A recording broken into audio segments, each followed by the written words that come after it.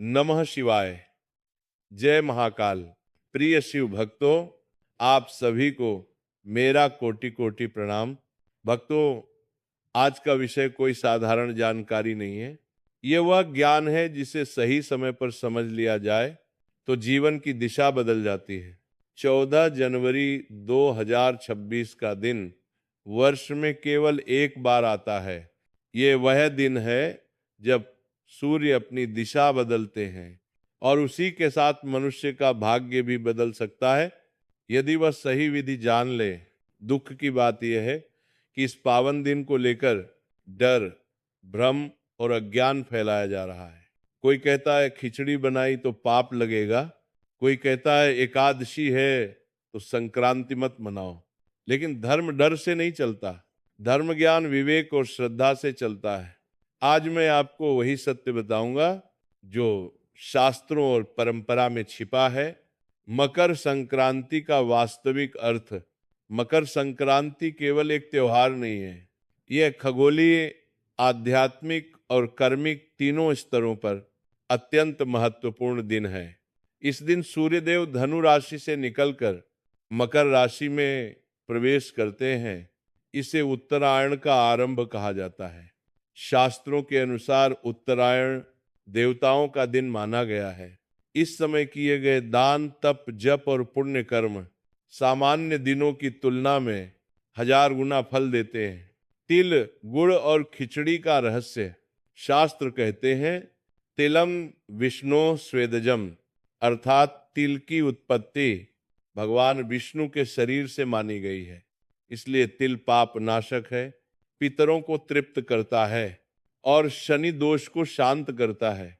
इसी कारण मकर संक्रांति पर तिल का दान महादान कहा गया है। गुड़ सूर्य देव का प्रतीक है। ये शरीर में ऊष्मा, शक्ति और सकारात्मक ऊर्जा बढ़ाता है। इसीलिए तिल और गुड़ का संगम अक्षय पुण्य प्रदान करता है। खिचड़ी चावल और दाल का मेल है। चावल अन्न का प्रतीक है और दाल प्राण शक्ति का। इसलिए खिचड़ी समृद्धि और पूर्णता का प्रतीक मानी जाती है और इसे अन्नपूर्णा भोग कहा जाता है। एकादशी और मकर संक्रांति का संतुलन। इस वर्ष 14 जनवरी को मकर संक्रांति और छठ तिला एकादशी एक ही दिन पड़ रही है। शास्त्र यहाँ बहुत स्पष्ट हैं। एकादशी के दिन मनुष्यों के लिए चावल का सेवन वर्जित है, लेकिन भगवान को भोग अर्पित करना वर्जित नहीं है और दान कभी भी वर्जित नहीं होता। अर्थात आप खिचड़ी बना सकते हैं, भगवान शिव या विष्णु को भोग लगा सकते हैं और दान कर सकते हैं, बस स्वयं सेवन न करें। इससे न एकादशी भंग होती है और न संक्रांति का पुण्य नष्ट होता है। गुप्त लक्ष्मी का अर्थ, लक्ष्मी दो प्रकार की होती हैं। एक स्थूल लक्ष्मी धन और पैसा, दूसरी गुप्त लक्ष्मी सौभाग्य और अवसर।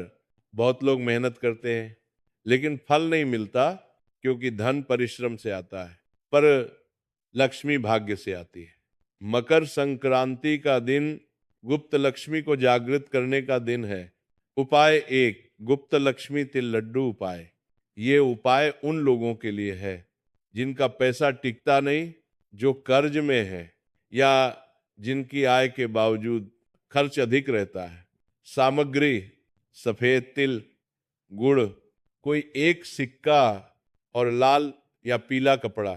विधि: तिल और गुड़ से एक लड्डू बनाएं, उसमें सिक्का छुपा दें, कपड़े में पोटली बनाएं, किसी भी समय शिव मंदिर जाएं, शिवलिंग पर जल अर्पित करें, मन में अपनी कामना कहें, पोटली मंदिर परिसर में टांग दें।